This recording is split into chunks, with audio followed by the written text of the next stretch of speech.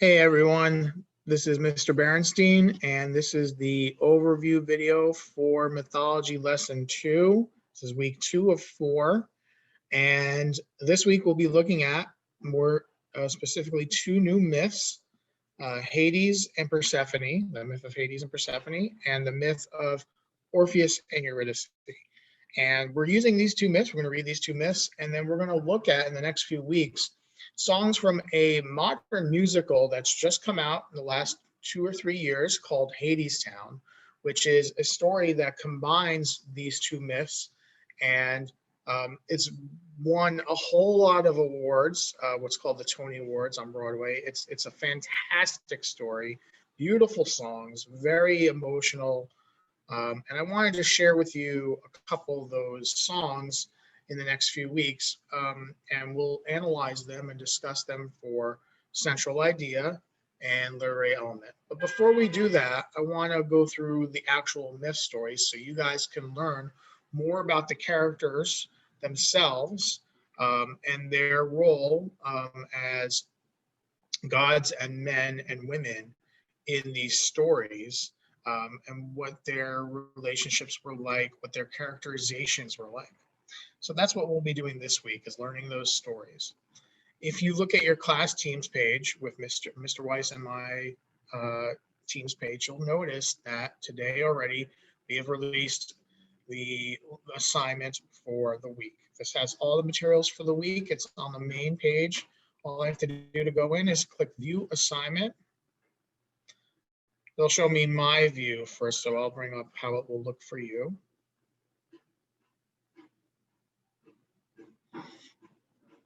And you will see that there's, as we usually now have, you'll have the instructions. This is the second week in our unit of mythology. This lesson reviews what we learned last week about central idea and reviews the literary element of characterization, a tool we use to discuss characters in a story. And it will have the lesson skills, what we want you to do. So you'll complete the do now, you'll read the story, you'll analyze the characters for what they look like, what they think, what they do, and you'll answer the central idea question. This assignment will be due by next week. So again, mythology lesson week 1 was last week, but if you haven't done that yet, make sure you do finish it. And you also can then move on to this lesson. And we have a pacing calendar here. Monday, October 26th, that's today. You want to open and look at the PowerPoint materials. You can watch this video. Hopefully you're watching it right now as we do that. Complete the do now and learn about central idea and characterization. And then tomorrow and Wednesday, you can read the stories and attend our team's classes. For you guys, it will be 10:30 on Tuesday, 10:30 to 11:30. You'll get the link on the main page.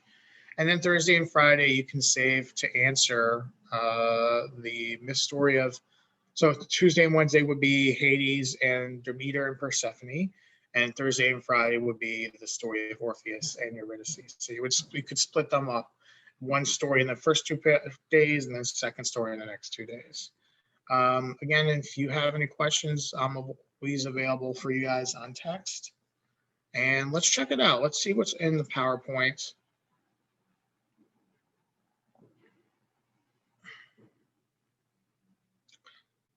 Okay. With the do now, this is our way of setting up the idea of characterization. You have these pictures, 6 slides of the same woman, same picture, same woman, different pictures. You can see her holding the phone. Choose 2 of these pictures and answer the question about her. What does she feel, for instance? What is she feeling? What is happening in this story? Because if we look at this, you can see that there are things that are happening to her, things she's reacting.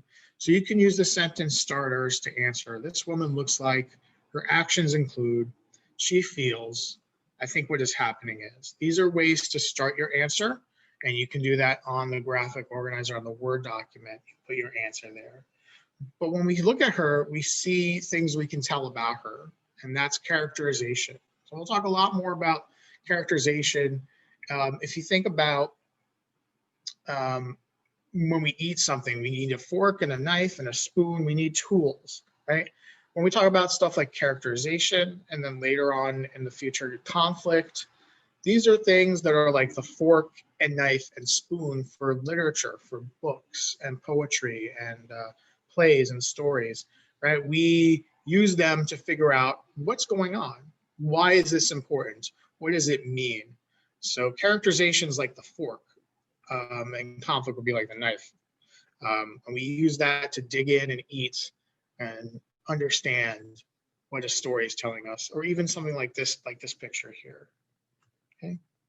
So that too now sets up the idea that we're looking at characterization. We want to characterize first the story of Demeter, Persephone, and Hades, and then later on the story of Orpheus and Eurydice. We will review back again central idea. Remember, we talked central idea is the truth or universal generic truth in a story, a message or a lesson that we learn. Most stories have a lesson or a message that can apply to everyone, not just one person or you, me, but to everyone. Sometimes in fables, it's called a moral, and sometimes it's just a lesson or a message.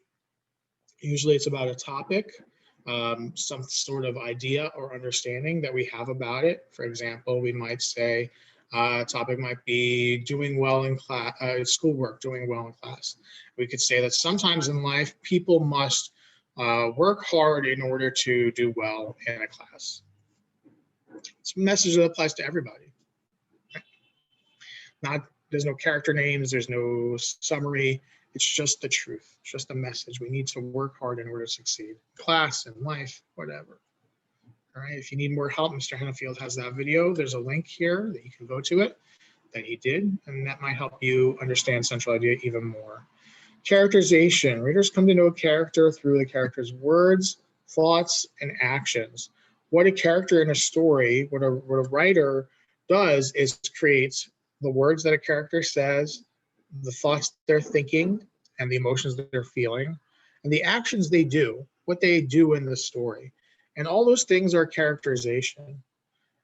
An easy way to remember this is the mnemonic STEAL, S-T-E-A-L. Speech, S, speech, T, thoughts, E, effect on others, A, actions, L, looks.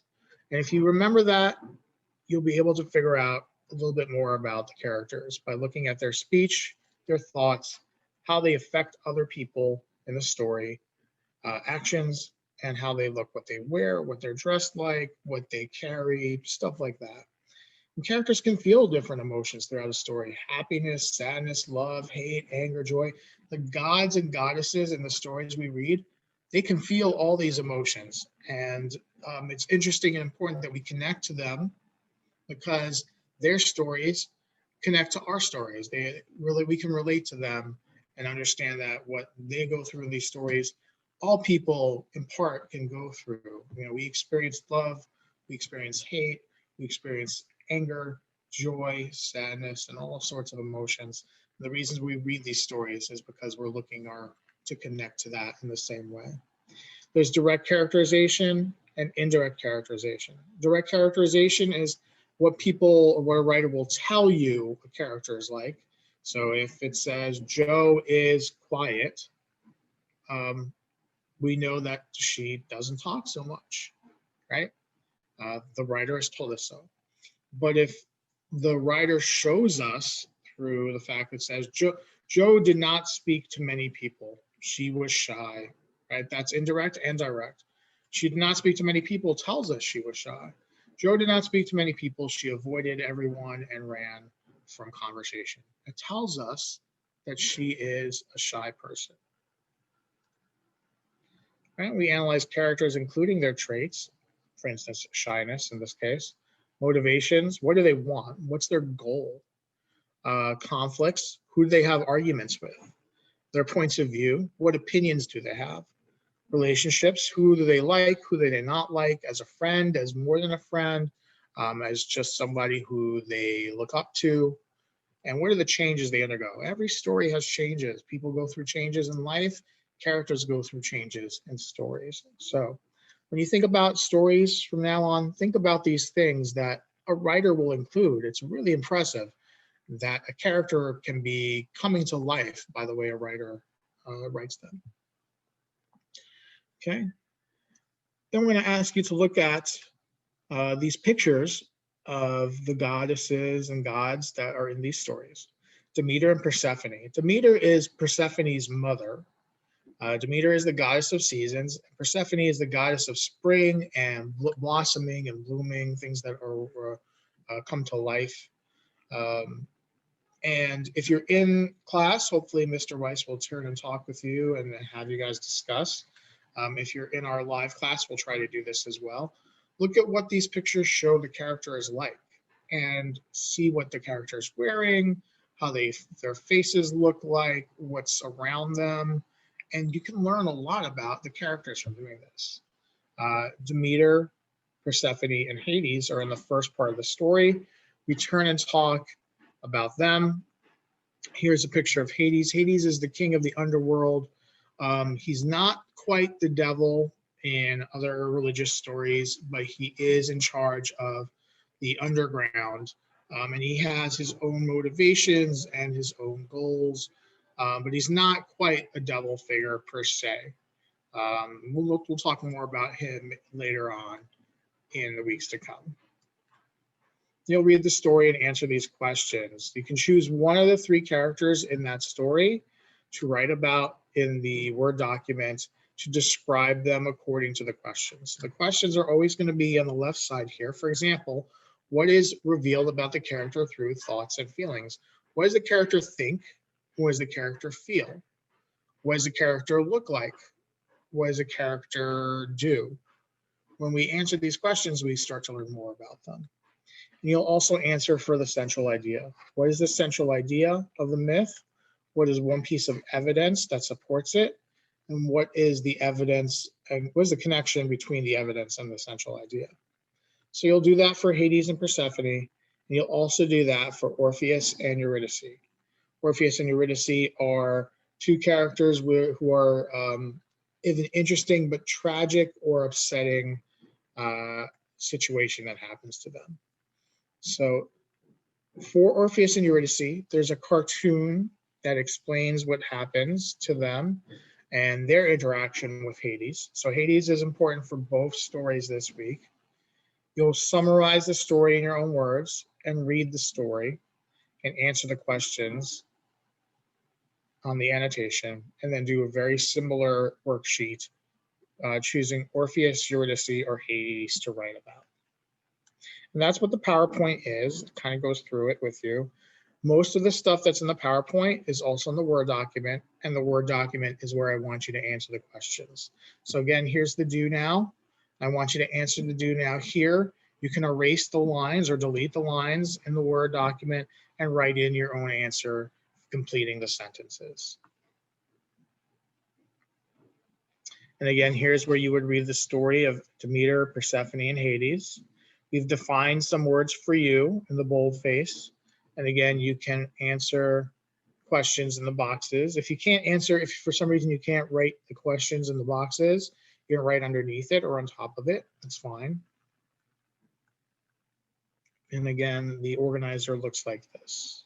Again, you can erase the lines and write your answer in between. Okay, so that is your brief overview of the lesson. And we'll talk more about these characters and what's important about their stories during our live class and in any other videos that I release this week. So make sure you get started with the mythology unit, and know that you can always reach out to me via text if you have any questions or concerns, you need something explained to you. That's what we're here for. And again, remember, we are back in person for blended learning. Pods A and B are switching days. Monday, today is a pod B day. So hopefully people are already in school and you're having a good time. My pod A students should be checking in with me here online. Tomorrow, Tuesday, is a pod A in-person day. Pod A students should be going to school. Pod B students will be checking in. And my remote only kids, you're always with me online, and I'm always there for you. If you need me, let me know, reach out. That's going to do it for now. Thank you guys for watching. Peace.